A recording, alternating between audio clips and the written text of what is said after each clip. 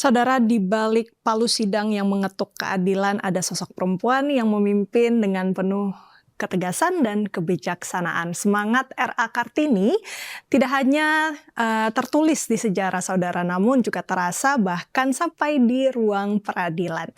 Dan sejak 13 Juni 2025, tongkat kepemimpinan PN Jakarta Pusat telah diemban oleh Ibu Dr. Husnul Khotimah, seorang perempuan yang menjadi salah satu pemimpin termuda dan juga merupakan ketua perempuan ketiga di Pengadilan Negeri Jakarta Pusat. Dan untuk memaknai Hari Kartini, saudara, saya ingin langsung bertanya kepada Ibu Husnul Khotimah bagaimana beliau memaknai tugasnya sebagai ketua PN Pusat dan juga apa saja tantangannya khususnya sebagai perempuan di ruang persidangan. Langsung saja kita tanyakan Ibu. Perkenalkan, saya Renata dari Kompas TV. Apa kabar, Bu? Baik, alhamdulillah sehat. Alhamdulillah baik, sehat ya Ibu. Nah, Bu Husnul Khotimah, langsung saja kita mulai di pertanyaan pertama Ibu terkait dengan peran Ibu sebagai ketua pengadilan, khususnya sebagai perempuan. Bagaimana memaknai tugas Ibu? Baik, karena ini adalah suatu kepemimpinan yang ditanya, tentu yang pertama adalah bagaimana kita bisa membangun kepercayaan dari pimpinan yang telah diberikan kepada saya, dan tentunya kepercayaan itu harus kita jaga dengan baik.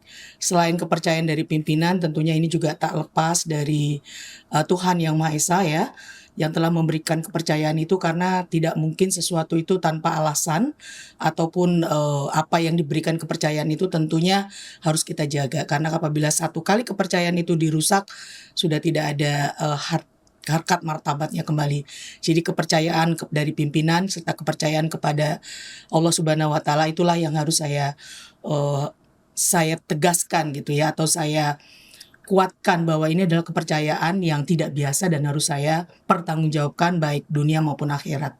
Baik, pertanggungjawaban itu yang menjadi poin penting yang Ibu lihat dari tugas Ibu sebagai Ketua Pengadilan Negeri Jakarta Pusat. Ibu, yang ingin saya tanyakan, sebagai perempuan mungkin ada tantangan tersendiri dalam memimpin Pengadilan Pusat?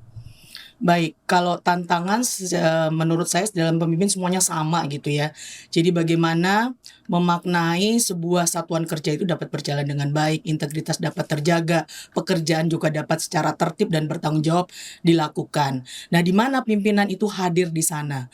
Tentunya kalau saya sebagai umat muslim memaknai dari sifat-sifat kepemimpinan Rasulullah, atau kalau di Indonesia kita juga punya Ki Hajar Dewantara gitu ya, di mana pemimpin itu berada. Misalnya pemimpin harus ada di belakang. Bagaimana saat di belakang apabila misalnya anaknya atau di bawah satuan kerjanya ada rasa timbul tidak kepercayaan diri padahal dia mampu, sehingga kita harus mendorong bagaimana pimpinan bisa membawa anak-anak kita yang akhirnya satuan kerja itu dapat berjalan baik dan berprestasi. Kemudian di tengah, bagaimana di tengah? Tentunya adalah merekatkan kekompakan, kebersamaan gitu ya, untuk menjaga satuan kerja itu bisa terlaksana dengan baik. Misalnya ada gap sana sini, tentunya kita di tengah harus bisa merekatkan persatuan dan kesatuan itu sendiri.